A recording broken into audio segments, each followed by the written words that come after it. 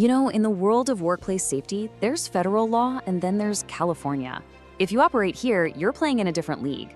The rules are tougher, the stakes are way higher, and the cost of one single mistake can be immediate and severe. So let's dive into this master guide to California's Title VIII regulations and figure out what really sets it apart. Look at that number. That's not a worst-case scenario. That is the starting point. $5,000. That's the minimum, non-negotiable fine for making one single procedural mistake. Failing to report a serious workplace injury on time. It's a crystal clear message that in California, compliance isn't a guideline, it's an absolute command.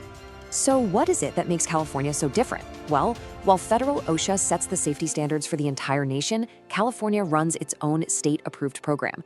And the key thing to get your head around is this. For them, the federal rules are just the foundation. California builds a much, much more demanding and comprehensive structure right on top of that. And at the very center of all of this is Cal OSHA, the California Occupational Safety and Health Agency. For pretty much every single private and public employer in the state, this is the agency that writes the rules and enforces them. And their playbook? It's called Title VIII of the California Code of Regulations. This right here really gets to the heart of it. You see, federal law says that state plans have to be at least as effective as the national standard. California hears that and they just run with it, creating rules that are not only more protective, but way more specific about the hazards they see as critical. In California, the federal baseline is the floor. It is never, ever the ceiling. So if you're building a safety program in California, everything, and I mean everything, has to stand on one particular foundation. It's called the Injury and Illness Prevention Program, or IIPP. And let me be clear, this is not a suggestion, it's the law. And that right there is probably one of the biggest differences.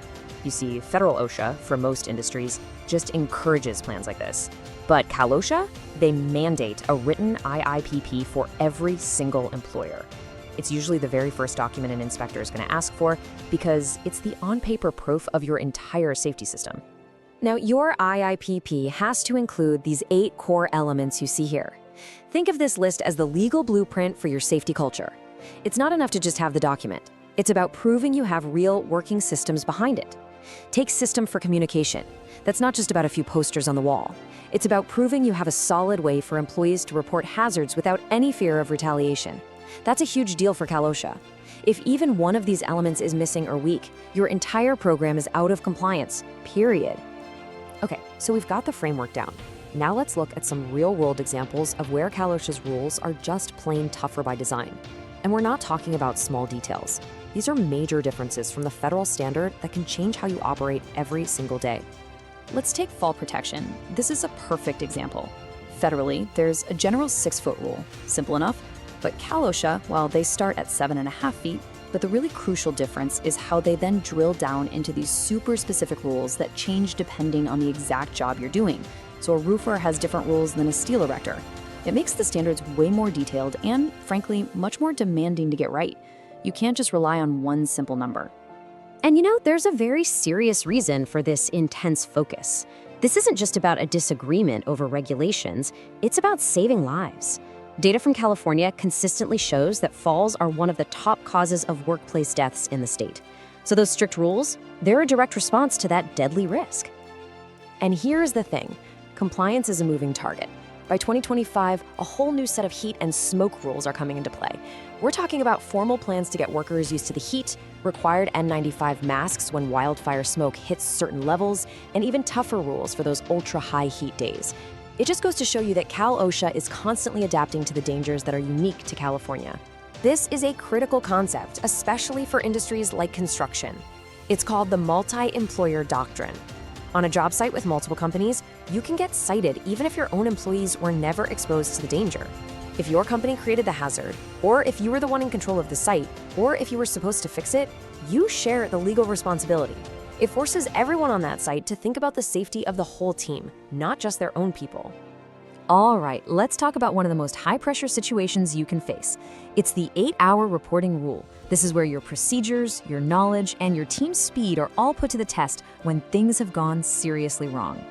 The moment a serious incident happens, a countdown starts. And that clock doesn't start when you feel ready to report. It starts from the moment the employer knows about it, or, and this is key, should have known about it with reasonable effort. There's absolutely no grace period. 8 hours. That's the window. Not a business day, not 24 hours in most cases. Just 8 hours to make that official report to a Cal OSHA district office. If you miss that deadline, you are looking right at that $5,000 minimum penalty we talked about at the very beginning. And what's really important to know is that the definition of what you have to report has gotten much broader. It used to be that a hospitalization had to last for 24 hours to trigger a report. Well, that's gone. Now, any inpatient hospitalization for treatment, not just for observation, starts that 8-hour clock. Same goes for any amputation, loss of an eye, or serious disfigurement. So what happens when a violation isn't just a one-time screw-up? Cal OSHA has some very powerful tools to go after widespread systemic safety failures, and they can turn a single hazard into a threat to your entire company. This is done through something called an enterprise-wide violation. Cal OSHA can issue one of these if they find a bad written policy that affects multiple job sites, or if they just uncover a pattern of the same violation happening over and over again at your different locations. They're basically looking for a root cause failure at the corporate level. And this is where the financial risk can absolutely explode. The penalty for an enterprise-wide violation is calculated by taking that initial fine and multiplying it by the number of work sites where the violation is happening. It can escalate a single problem into a massive six-figure penalty, with a maximum hitting over $158,000. And remember, all of these regulations, the IIPP mandate, the 8-hour rule, these huge enterprise-wide citations, they're all enforced by Cal OSHA, operating under the authority of California's Department of Industrial Relations. This isn't just guidance, this is state law, and it has very serious consequences. At the end of the day, successfully navigating Title VIII isn't just about memorizing a bunch of rules. It's about a fundamental shift in your thinking.